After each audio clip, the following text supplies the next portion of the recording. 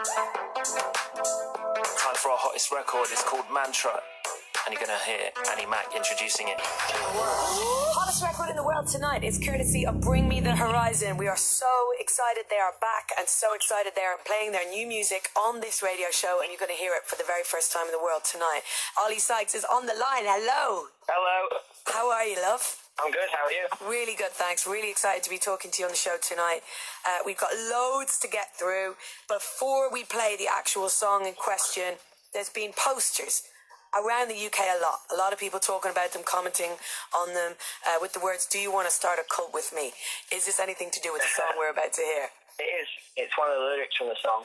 So is there an album, and if there is it finished? I don't want to say, because, well, I say I don't want to say, I don't care, but I'm told on this song, and but yeah, we're definitely working on stuff, and we got something exciting to announce in the next couple of days, and I think I've been told if you go on our website, we will have some more information. Okay, so we're about to hear a song called Mantra, which is new from Bring Me the Horizon. What can you tell us about this song, Ollie Sykes, before we play it to the world for the first time?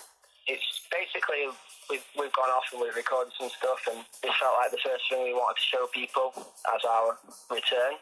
It's quite a lot different, but it's also got similarities to what I guess people expect from us. It just felt like the right song to show people first.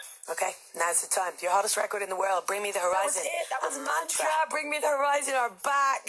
What a tune, what a monster of a song. Ollie Sykes is on the line. I'm here. You're there, okay. As you say, quite different, but yeah, similarities to That's the Spirit. The first thing that sticks out to me when I hear this song is just the levels of production, the kind of sophistication of the sound.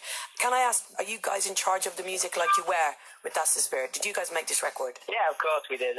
It's all us again. Me and Jordan produced it, and it's written by the band. We had absolutely zero help, even though we'd have probably liked some, to be honest. And yeah, this song came very late in the writing process, because we wrote loads of cool stuff and loads of different stuff, but we were just like, every day we're like, what are we going to show people first? Because we know how it works, you know. We want to always change what we do, and we always want to like write something new and change it up, but we also don't want to alienate everyone that's like joined us along the way and, you know, supported from the start or whatever. So that's the spirit for us. We're like, we wanted to make a record that would get us to a place that we could make this record, if that makes sense. Like, we wanted to make like this big budget, full on mainstream rock album that could really like connect to people that we've never connected to before. And this record was like, we felt like we proved our worth, and now we can do whatever we want.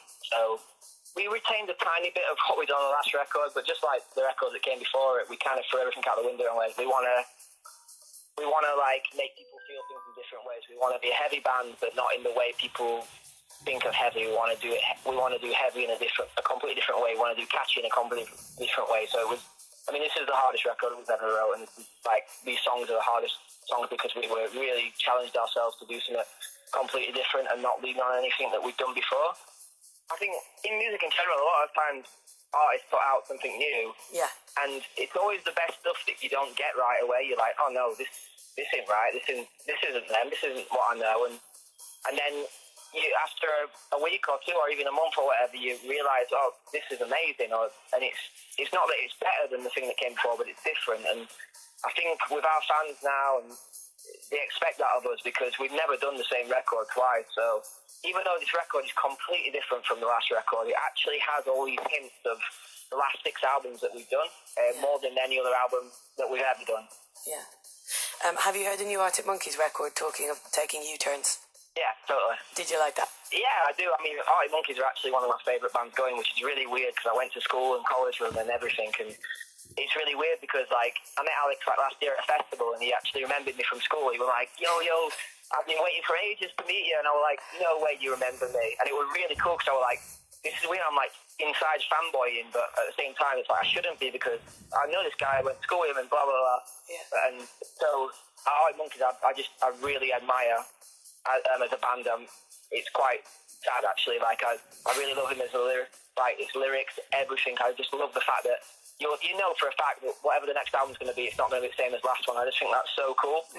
This one's a bit more of maybe a passion project or whatever, and it hasn't got the hits like the last records or whatever. But I love everything he says. I love how he just always pushes that box out and goes, oh my God, I can't believe he said something like that or done something like that. He just always surprises you. So for me, it's like, I'm a fan of that band, so I'll always love whatever they do.